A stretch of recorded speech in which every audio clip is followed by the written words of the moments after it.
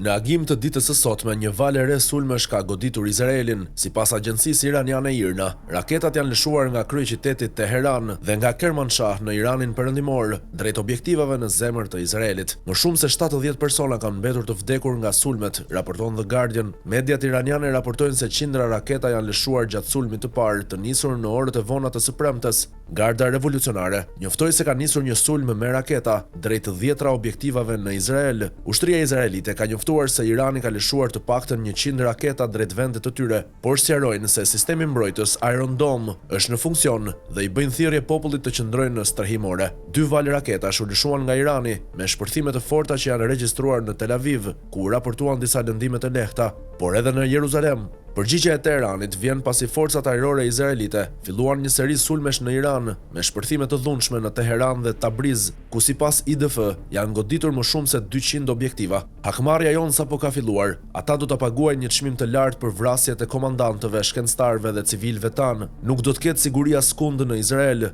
Hakmarrja jon do të jetë e dhimbshme, tha për Reuters një zyrtar i lartë në Teheran. Irani po ashtu pretendon se në territorin e tyre forcat e gardës revolucionare kanë rrëzuar 2 avion izraelit dhe kanë kapur rob një pilot.